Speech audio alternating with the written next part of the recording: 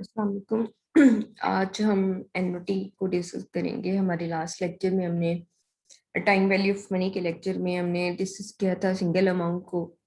तो आज हम डिस्कस करेंगे कि एनओटी का क्या ट्रीटमेंट किया जाता है और किस तरह से इसको हम डील करते हैं।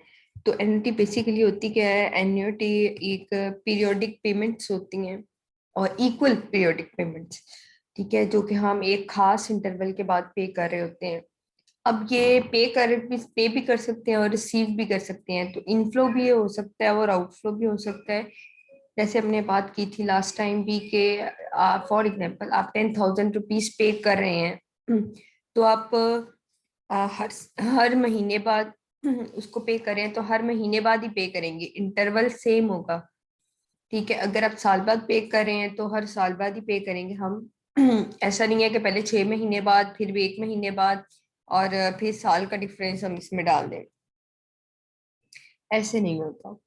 ठीक है, तो इसमें एक स्पेसिफाइड टाइम पीरियड और फिर इक्वल पीरियोडिक कैश पेमेंट्स भी हो सकती हैं और रिसीट्स भी हो सकती हैं। ये तो ये इक्वल पीरियोडिक होंगी। जस्ट लाइक 1,000 है तो 1,000 ही होगा, अगर 10,000 है तो 10,000 ही होगा।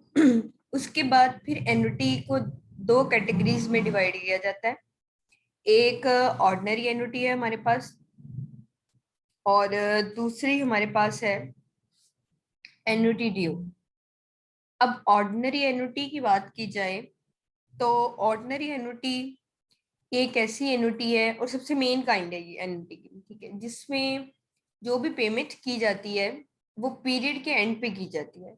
जस्ट लाइक कि आपने कोई भी कॉन्ट्रैक्ट साइन किया है आज और आपने हर साल बाद पेमेंट करनी है, तो जो पहली पेमेंट आप देंगे, ठीक है, या पहली जो रिसीट होगी आपके पास, वो 1 साल बाद आएगी। ठीक है, जब वो 1 साल खत्म हो जाएगा, वो होती है ऑर्डिनरी एन्युटी। अब उसके बाद एन्युटी ड्यू होती है। एन्युटी ड्यू वो होती है कि जिस डेट को कॉन्ट्रैक्ट साइन किया गया आपका, उसी डेट को आप पेमेंट भी रिसीव कर लेते हैं या पे कर देते हैं। तो कैश फ्लो भी जो है उसी डेट को होता है जब कॉन्ट्रैक्ट साइन किया गया, मतलब कि साल के स्टार्ट में, at the beginning of the year और at the beginning of period. हर पीरियड के स्टार्ट में जब आप पे करें या रिसीव करें तो वो एन्युटी ड्यू है, और अगर लास्ट पे की जाए तो वो एन्युटी ऑर्डिनरी आती है हमारे पास। अब एन्युटी हमें क्वेश्चन में जब पूछा जाता है, क्वेश्चन पूछा जाता है, तो हमने सबसे पहले आइडेंटिफाई करना है कि इधर ये एन्युटी जो है ये ऑर्डिनरी है या ड्यू है। सबसे पहले तो आप इसको डिफरेंशिएट करवाएं कि इधर ये सिंगल अमाउंट का क्वेश्चन है या एन्युटी का। अगर तो उसमें से कोई आपको इस तरह बात की जाए कि आपने ये पेमेंट रिसीव कर रहे हैं या पे कर रहे हैं और उसमें ये बताया जाए कि जी 3 सालों के लिए कर रहे हैं, हर साल बाद आप रिसीव कर रहे हैं, हर साल बाद आप पे कर रहे हैं, ठीक है, तो इट मीन्स ये एन्युटी है जिसमें सीरीज ऑफ पेमेंट या रिसीट्स हो, तो वो आपकी एन्युटी होगी। तो आपने पहले इसको और सिंगल अमाउंट में डिफरेंशिएशन करनी सीखनी है कि इधर ये सिंगल अमाउंट है या एन्युटी है। उसके बाद नेक्स्ट जो है वो आपने ये देखना है कि क्वेश्चन में क्या लिखा हुआ है। क्या वो आपको ये कह रहा है कि payments are due at the end of year? अगर तो at the end of year लिखा हुआ है, at the last of year लिखा हुआ है, ठीक है, तो फिर इट मीन्स ये ऑर्डिनरी एन्युटी है। अगर वहां पे इस तरह से लिखा हुआ है कि at the start of the period, at the start of the year, या यू पे या यू रिसीव, ठीक है, at the beginning of period, eight the beginning of period year, ठीक है, या eight the beginning of month, जो भी लिखा हो, लेकिन बिगिनिंग स्टार्ट कुछ ना कुछ मीनिंग आ रहा होगा, तो इट मीन्स ये एन्युटी ड्यू है। और अगर कुछ ना कुछ लास्ट के मीनिंग में आ रहा हो तो फिर वो एन्युटी ऑर्डिनरी है हमारे पास। अब एक क्वेश्चन अराइज होता है कि समटाइम हमारे पास जो स्टेटमेंट दी होती है, ठीक है, उसमें ना तो आ, उसका जिक्र किया होता है बिगिनिंग का, ना उसमें जिक्र होता है एंड का जिक्र होता है। तो फिर उसमें आपने क्या करना है, आपने उसमें उसको समझना है कि ये ऑर्डिनरी एन्युटी है, ये ड्यू एन्युटी ड्यू नहीं है।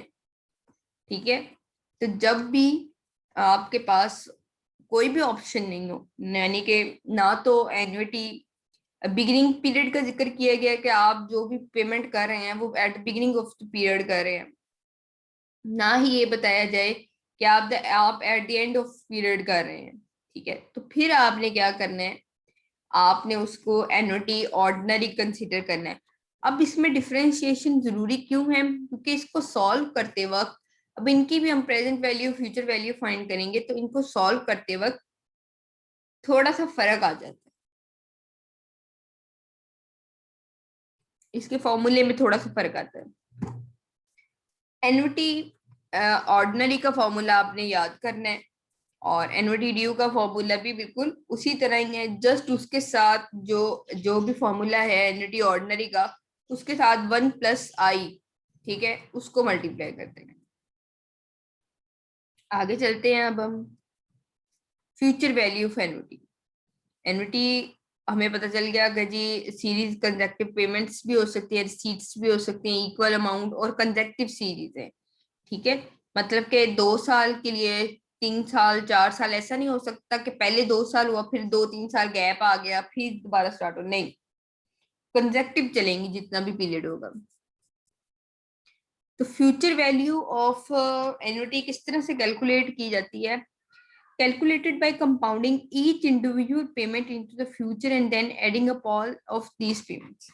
तो फ्यूचर वैल्यू कैलकुलेट करने के लिए आपने करना क्या है कि, बट हम इसको फॉर्मूले से सॉल्व करेंगे। इसको यूजुअली प्रोसीजर क्या होता है उसी को ही करते हुए जो है वो एक फॉर्मूला डेवलप किया गया है। ठीक है, तो अगर आप हर इंडिविजुअल पेमेंट, ठीक है, उसको सिंगल अमाउंट के थ्रू भी कैलकुलेट कर लेते हैं और उसकी फ्यूचर वैल्यू कैलकुलेट कर लें हर सिंगल अमाउंट की, जैसे कि 1000 है उसकी पहले करें जो पहले साल में आपने पे किया, फिर उससे अगले साल वाले की करें, तीसरे साल की करें, फोर्थ ईयर की करें, फिफ्थ ईयर की करें, और जितनी देर तक आपका ये चलती रहती है एन्युटी तब तक उन सब सालों की करें, फिर उस वैल्यू को ऐड कर लें तो आपके पास फ्यूचर वैल्यू ऑफ एन्युटी आ जाती है। लेकिन हम इस प्रोसेस के थ्रू नहीं कर रहे इसको, हम इसको फॉर्मूले के थ्रू सॉल्व करेंगे। तो जनरलाइज्ड फॉर्मूला जो है फ्यूचर वैल्यू ऑफ एन्युटी का, उसको हम डिस्कस करते हैं। अब हम इसमें जो बात कर रहे हैं वो हम ऑर्डिनरी एन्युटी की कर रहे हैं, अभी एन्युटी ड्यू की बात नहीं कर रहे हैं, ठीक है, क्योंकि एन्युटी ड्यू का जो फॉर्मूला है वो ऑर्डिनरी एन्युटी के फॉर्मूले से 1+i जो है वो मल्टीप्लाई करने के बाद आता है। तो इसका फॉर्मूला क्या है, future value of annuity is equal to cash flow. Cash flow से मुराद वो पैसा जो कि आप हर महीने बाद या हर साल बाद आपको मिल रहा है। ठीक है, जैसे वो 1000 हमने भी बात की कि 1000 आपको 10 सालों तक मिल रहा है, तो 1000 वो आपका क्या है, वो कैश फ्लो है। Multiply with into 1+i raise to power n-1 and into divide whole divided by i। अब यहाँ पे जो हमारा फॉर्मूला है इसके अकॉर्डिंग जो हमने करना क्या है, 1+i, i से क्या मुराद है हमारा, यहाँ पे future value of annuity FV, CF cash flow, I interest rate है हमारे पास, इंटरेस्ट रेट जो आपको दिया होगा 14%, 15%, 6%, 8% जो भी दिया गया। अब इंटरेस्ट रेट लिखते वक्त जैसे पहले बताया गया था आपको, आपने अभी भी उसी को फॉलो करना है कि इंटरेस्ट रेट हमेशा जो है अगर परसेंटेज में, क्योंकि परसेंटेज में हमेशा ये गिवन होता है, आपने उसे 100 से डिवाइड करने के बाद जो है वो इधर लिखना है। जैसे 6% है तो 6 / 100 0.06, वो वहां पे आप फॉर्मूले में पुट करेंगे। 1+i में आप क्या लिखेंगे, 1+0.06 रेज टू पावर n से मुराद होता है आपके number of years, number of period हो सकता है, पीरियड कोई भी हो सकता है, ये मंथ्स भी हो सकते हैं। जैसे वो आपसे कह देंगे 24 मंथ्स के लिए कैलकुलेट करने, तो यहाँ पे 24 आपके पास जो है वो पीरियड, फिर आपके पास क्या हुआ, मंथ हुए, तो 24 मंथ्स। अगर आपके पास ईयर्स हैं तो 24 ईयर्स, या जितना भी आपको वहां पे एन मेंशन हो। 1+i raise to power n-1 and whole divided by i। तो सबसे पहले ब्रैकेट को सॉल्व करें आप। जब भी सॉल्व करना है तो सबसे पहले आपने क्या करना है, 1+i इसको सॉल्व किया तो जो वैल्यू आएगी उसका, उसकी पावर रेज कर देनी है, जो आपका n होगा ठीक है, जो वैल्यू आएगी उसमें से 1 लेस कर दीजिए। अब आपके पास जो वैल्यू आती है उसको आई से डिवाइड कर दें। अब आई से डिवाइड कर दिया तो आपकी ये देखें, ये जो ब्रैकेट है अब ये खत्म हो गई। ठीक है, आई से अब डिवाइड करेंगे क्योंकि सबसे पहले हम ब्रैकेट सॉल्व करते हैं ना, तो ब्रैकेट के अकॉर्डिंग अगर हम चल रहे हैं तो अब ये वाली ब्रैकेट का जो आंसर है उसको आपने डिवाइड करना है आई से। अब ये वाली ब्रैकेट भी खत्म होगी, जो आंसर आएगा उसको सी एफ से मल्टीप्लाई कर दीजिए। तो यहाँ पे अब आपके लिए थोड़ा सा प्रैक्टिकल क्वेश्चन है। Assuming that A is equal to 1000, N is equal to 4, I is equal to 10%। यहाँ पे जो ए दिया हुआ है ये आपके पास सी एफ है। ठीक है, यहाँ पे बाय मिस्टेक जो है वो ए लिख दिया गया है, इसको अमाउंट के तौर पे ए लिख दिया गया है, तो ये सी एफ है आपके पास। तो सी एफ आपके पास कितना है, 1000। 1000 सी एफ है, एन आपके पास है 4 और आई आपके पास है 10%। तो आप फ्यूचर वैल्यू ऑफ एन्युटी की वैल्यू कैलकुलेट करें।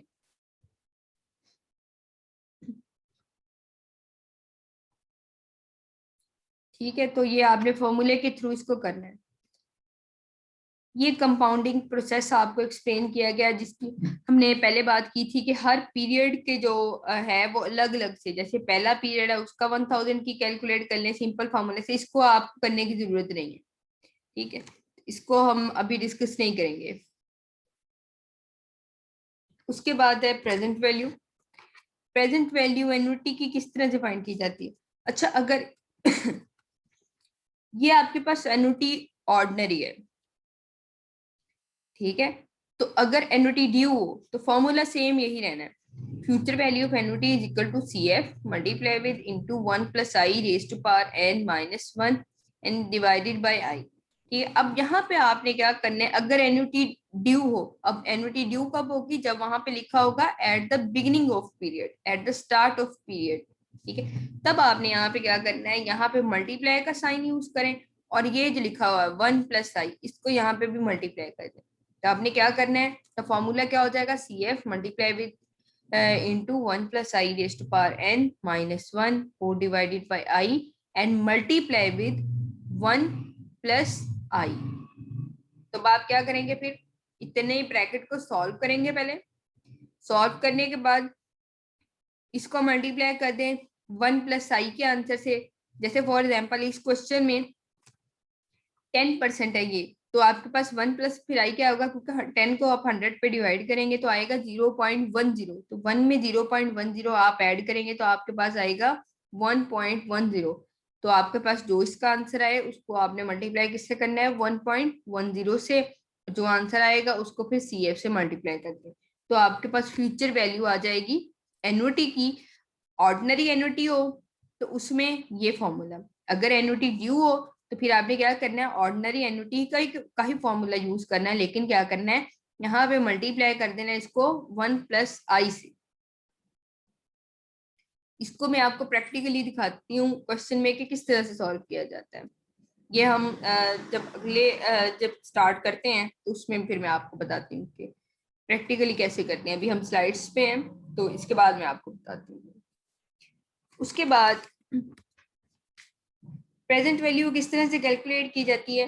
प्रेजेंट वैल्यू कैलकुलेट करने के लिए आप हर पेमेंट की जो है वो प्रेजेंट वैल्यू अलग अलग से कैलकुलेट कर लें सिंगल अमाउंट के फॉर्मूले के थ्रू, और फिर उनको ऐड अप कर लें। तो आपके पास प्रेजेंट वैल्यू एनओटी की कैलकुलेट हो जाती है, लेकिन हम इस मेथड को यूज नहीं करते क्योंकि ये बहुत ज्यादा टाइम कंज्यूमिंग है और इस पर टाइम भी बहुत ज्यादा लगता है। तो हम जो है वो एक जनरलाइज्ड फॉर्मूला इसका भी यूज करेंगे और उसके थ्रू जो है वो प्रेजेंट वैल्यू फाइंड कर लेंगे। अब ये भी ऑर्डिनरी एन्युटी का फॉर्मूला है। अब एज पर ऑर्डिनरी एन्युटी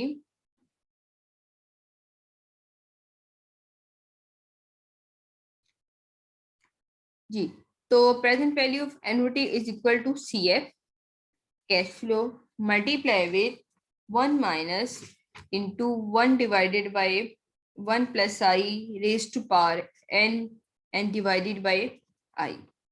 ठीक है, अब इसमें आपने करना किस तरह से है, 1 माइनस, ठीक है, ये 1 बाद में रखेंगे, यहाँ पे आपके पास पहले क्या है, 1 divided by 1 plus I raise to power N. इतने को पहले सॉल्व करें आप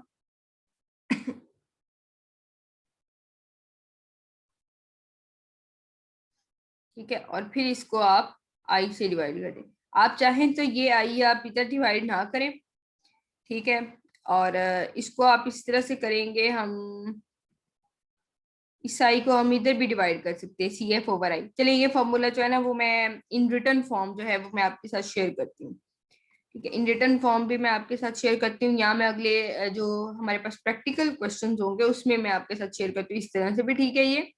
अदरवाइज सी एफ आप इसको इस तरह से कर सकते हैं, ये जो आई है इसको इधर डिवाइड करने की बजाय सी एफ के साथ डिवाइड कर दें, सी एफ ओवर आई, क्योंकि होना तो इसने डिवाइड ही है, इधर इधर हो जाए इधर हो जाए, ठीक है, तो one minus one over one plus I raise to power N, ठीक है, इस तरह से हम इसको सॉल्व करेंगे, और ये आई इसको इधर डिवाइड करने के बजाय हम सी एफ के साथ डिवाइड कर देंगे। तो ये बाकी सारा आपको क्लियर है कि पीवीए से मुराद है present value of annuity, CF से मुराद है कैश फ्लो, आई से मुराद है इंटरेस्ट रेट, एन से मुराद है नंबर ऑफ पीरियड्स। ये आपको क्लियर है, ठीक है, तो इसको ज्यादा एक्सप्लेन करने की जरूरत नहीं, क्योंकि फ्यूचर वैल्यू में भी यही सारी चीजें हैं। अब उसके बाद ये हम रिलेशन, इसके बाद इसको थोड़ा सा मजीद देखते हैं कि ये तो था ऑर्डिनरी एन्युटी का फॉर्मूला, और अगर ये एन्युटी ड्यू हो तो फिर आपने सेम यही फॉर्मूला लिखने के साथ जैसे हमने पहले किया था, multiply with one plus I raise to पार नहीं करना, सॉरी, मल्टीप्लाई इसको कर देना है वन प्लस, सिर्फ ये वाली चीज उठानी है, ये वाली चीज उठा के इसको इसके साथ भी मल्टीप्लाई कर देंगे। अगर आपको फॉर्मूला यहाँ पर समझ नहीं भी आता तो कोई इशू नहीं है इतना, ठीक है, इसको क्योंकि हमने नेक्स्ट जो है न्यूमेरिकल्स हमें भी देखना है कि कैसे फॉर्मूलाज लिखे जाते हैं, तो वहां से आपको मजीद क्लियर हो जाएगा।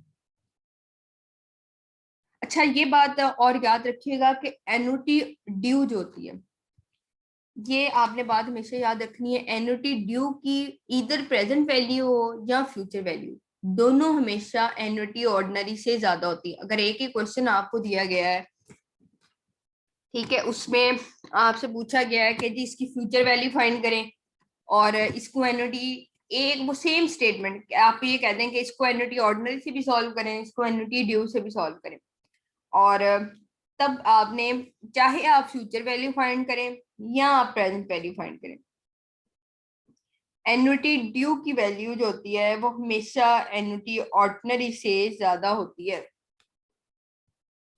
अब इनका रिलेशनशिप देखिए, the relationship between present value and future value क्या होता है बेटे, इनके दरमियान इनवर्स रिलेशनशिप एग्जिस्ट करता है। इनवर्स रिलेशनशिप क्या होता है कि अब इसको हम इस तरह से समझते हैं, जितना इंटरेस्ट पीरियड लॉन्ग होगा, पीरियड लंबा होगा, तो पीरियड यानी कि एन एन ज्यादा होने की वजह से आपकी फ्यूचर वैल्यू हमेशा ज्यादा होगी और प्रेजेंट वैल्यू हमेशा कम होगी, मतलब एक दूसरे के उलट होंगे। अगर एन ज्यादा होगा तो फ्यूचर वैल्यू क्या होगी आपकी ज्यादा होगी, और प्रेजेंट वैल्यू क्या हो जाएगी, कम होगी, एक दूसरे के उलट होंगे। अब इसी तरह से हर सिचुएशन में यूनिट ही चलेंगे। अगर पीरियड कम होगा तो प्रेजेंट वैल्यू ज्यादा होगी, फ्यूचर वैल्यू कम होगी, उलट जाएंगे।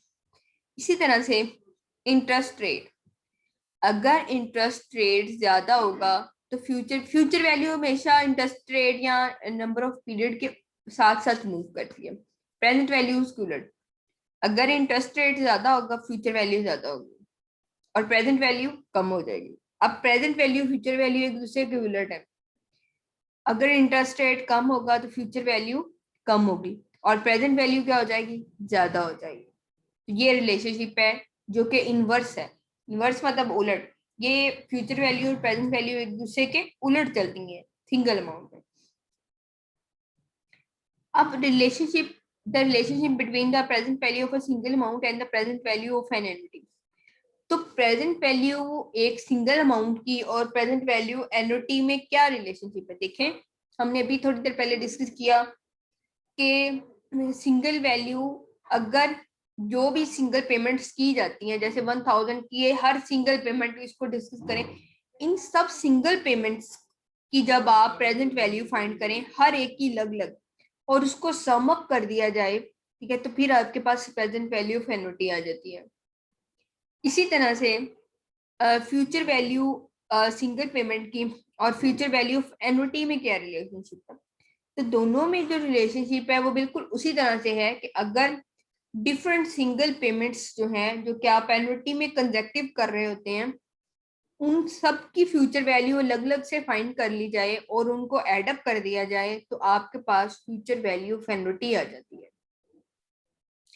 तो फ्यूचर वैल्यू ऑफ एन्युटी और फ्यूचर वैल्यू सिंगल अमाउंट की क्या इनमें जो है वो रिलेशनशिप है कि अगर different future value single amounts की को एडअप कर दिया जाए तो आपके पास फ्यूचर वैल्यू ऑफ एन्युटी आ जाती है। और इसी तरह से अगर different present value single amount की साथ जो कैलकुलेट की जाती है उनको एडअप कर दिया जाए तो आपके पास प्रेजेंट वैल्यू ऑफ एन्युटी आ जाती है।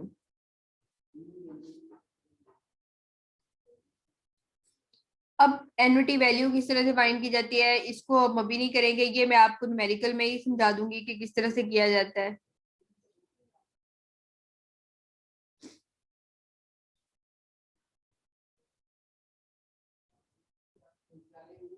ठीक है, ये जो न्यूमेरिकल टाइप का क्वेश्चन है ये मैं आपको क्वेश्चन में ही क्लियर करवाऊंगी। ठीक है, तो ये सारा जो पोर्शन है ये आपको तब करवाने वाला। उसके बाद जो है वो अब आपको जो नेक्स्ट चीज बताने वाली है वो है कंपाउंडिंग फ्रीक्वेंसी। बेटे ये इसको थोड़ा सा जरा गौर से सुनिएगा। कंपाउंडिंग फ्रीक्वेंसी क्या होती है कि आप जब क्वेश्चंस करेंगे उसमें लिखा होगा बाज जगह पे कंपाउंडिंग कंपाउंडेड एनुअली, ठीक है, compounded semi annually, compounded quarterly, compounded monthly. तो इन सब का क्या रिलेशनशिप होता है? बेटे देखें, कंपाउंडिंग का मतलब ये होता है कि कितनी दफा साल में उस पे इंटरेस्ट जो है वो कैलकुलेट किया जाता है। अगर कंपाउंडेड एनुअली हो तो उसका मतलब ये होता है कि एक साल बाद इंटरेस्ट कैलकुलेट होता है। अगर सेमी एनुअली हो तो इट मीन सेमी एनुअल का मतलब होता है साल में 2 दफा। क्वार्टरली वर्ड यूज किया जाए तो इट मीन्स के साल में 4 दफा इंटरेस्ट की कैलकुलेशन हो रही है। इसके बाद मंथली लिखा जाए तो इट मीन हर मंथ बाद इंटरेस्ट कैलकुलेट हो रहा है। अब इसका हमारे न्यूमेरिकल पे क्या इफेक्ट पड़ता है? आपको प्रॉब्लम में दिया गया होगा कि कंपाउंडेड इसको करे जी कंपाउंडेड क्वार्टर। तब आपने क्या करना है, क्वेश्चन सारा सेम है। जैसे कि ये प्रेजेंट वैल्यू सिंगल अमाउंट के साथ भी हो सकता है या प्रेजेंट वैल्यू या फ्यूचर वैल्यू के लिए आपका हो सकता है एन्युटी के साथ भी, कहीं पे भी आपको ये लिखा जा सकता है। तो आपने क्या करना है, हमेशा इस बात को याद रखना है जो एन होता है आपके पास नंबर ऑफ पीरियड्स, उसको कंपाउंडिंग पीरियड से हमेशा मल्टीप्लाई कर देना है। जैसे कि किसी क्वेश्चन में आपको एन दिया गया 4 यानी कि 4 इयर्स, तो आपसे कहते हैं कि 4 इयर्स के लिए ये वैल्यू कैलकुलेट करें। अब आपको साथ लिख दिया गया कंपाउंडेड क्वार्टरली। अब इसमें सबके साथ कंपाउंडिंग फ्रीक्वेंसी याद रखिएगा। सेमी एनुअल हो तो 2, क्वार्टरली हो तो 4। ये आपने अपने पास जो जैसे कि आप ये लेक्चर सुनेंगे अपने पास अपनी बुक पे जो बातें नोट करने वाली होती हैं उसको नोट कर लिया करें। तो ये नोट कर लें अपने पास। सेमी एनुअल हो तो 2, क्वार्टरली हो तो कंपाउंडिंग फ्रीक्वेंसी कितनी होगी 4, मंथली हो तो कंपाउंडिंग फ्रीक्वेंसी होगी 12, अगर डेली हो तो डेली में कंपाउंडिंग फ्रीक्वेंसी होगी 365। लेकिन डेली बहुत कम आता है क्योंकि वो बहुत ज्यादा हो जाता है, फिर वो सॉल्व करना थोड़ा मुश्किल हो जाता है। सेमी एनुअल में 2, क्वार्टरली में 4, मंथली में 12। तो इसमें अब आपने क्या करना है, नंबर ऑफ एन के साथ क्या करेंगे आप, नंबर ऑफ ईयर्स जो आपके हैं उसके साथ कंपाउंडिंग पीरियड जो है उसको मल्टीप्लाई कर देंगे। मतलब कि अगर आपको 4 इयर्स के लिए डेटा दिया गया है तो 4 के साथ आपके पास अगर सेमी एनुअल उन्होंने कहा है तो कंपाउंडिंग फ्रिक्वेंसी है 2, तो आप 4 के साथ 2 को मल्टीप्लाई कर देंगे, 4 टू द 8। अब आपके पास एन कितना हो जाएगा 8। इसी तरह से आपका जो इंटरेस्ट रेट है उसको कंपाउंडिंग पीरियड से आपने हमेशा डिवाइड करना है। तो अगर आपके पास जो है, अगर आपके पास जस्ट लाइक के इंटरेस्ट रेट है 10%, तो सेमी एनुअल लिखा हुआ है तो 2 से डिवाइड करें तो आपके पास फिर हो जाएगा ये 5%। इसी तरह से अगर क्वार्टरली वर्ड यूज किया जाए तो नंबर ऑफ पीरियड थे ईयर से हमारे पास 4, क्वार्टरली में 4 फ्रीक्वेंसी होती है तो 4 4 द 16, तो वहां पे अब एन आप कितना लिखेंगे 16। और इसी तरह से आई जो है वो आपके पास कितना था, आई इंटरेस्ट रेट है हमारे पास 10%, तो इसको डिवाइड करेंगे 4 से तो आपके पास इंटरेस्ट रेट हो जाएगा फिर 2.5। इसी तरह से आपने बस ये याद रखना है कि एन से जहां पे भी फॉर्मूला में एन है, ये नहीं कि एक स्पेसिफिक जगह पे, फॉर्मूला में जहां जहां पे भी एन है वहां वहां पे आपने उसको मल्टीप्लाई कर देना। और जहां जहां पे भी आपके पास फॉर्मूले में आई है तो आई के साथ आपने क्या करना है, डिवाइड करना है। और बेटे नंबर ऑफ कंपाउंडिंग को हम के इसके लिए जो साइन यूज करते हैं वो है एम। नंबर ऑफ कंपाउंडिंग जिस तरह के नंबर ऑफ पीरियड है इसको किससे जाहिर किया जाता है, एन से। इंटरेस्ट रेट को हम किससे जाहिर करते हैं, आई से। इसी तरह से नंबर ऑफ कंपाउंडिंग को किससे जाहिर किया जाता है, एम से। इसको भी रहने दे भी, कंपाउंडिंग फ्रीक्वेंसी ये हम कर चुके हैं। जस्ट लाइक उन्होंने आपको यहाँ पे बताया है एन अगर आपका 5 है, यहाँ पे लिखा गया है जी annual interest compounded semi annually, तो 5 था आपके पास है, यहाँ पे 5 ईयर्स लिखा है तो सेमी एनुअल में 2, तो 5 2 द 10 हो गया। अब आप जब फार्मूले में इसको लिखेंगे तो आप 10 लिखेंगे और रेट को आपने क्या करना है, डिवाइड कर देना। तो रेट 2 से डिवाइड किया तो 4%। बाकी इस चीज को कंसीडर नहीं करना आपने, हम अपने फॉर्मूले के अकॉर्डिंग इसको सॉल्व करेंगे। उसके बाद determine the present value of 20 quarterly payments. Year कितने हैं 5 और आर आपके पास है, तो क्या है क्वार्टरली पेमेंट्स है, क्वार्टरली मतलब 4 से। तो आप अपने एन को 5 को 4 से मल्टीप्लाई करें, 5 4 द 20 और आई आपके पास 8 है, तो इस 8% को आप 4 से डिवाइड करेंगे तो 2%। बाकी नेक्स्ट आपने ये कंसीडर नहीं करना, ये टेबल के साथ इसको सॉल्व किया गया है, हम इसको जो फॉर्मूले के साथ सॉल्व करते हैं।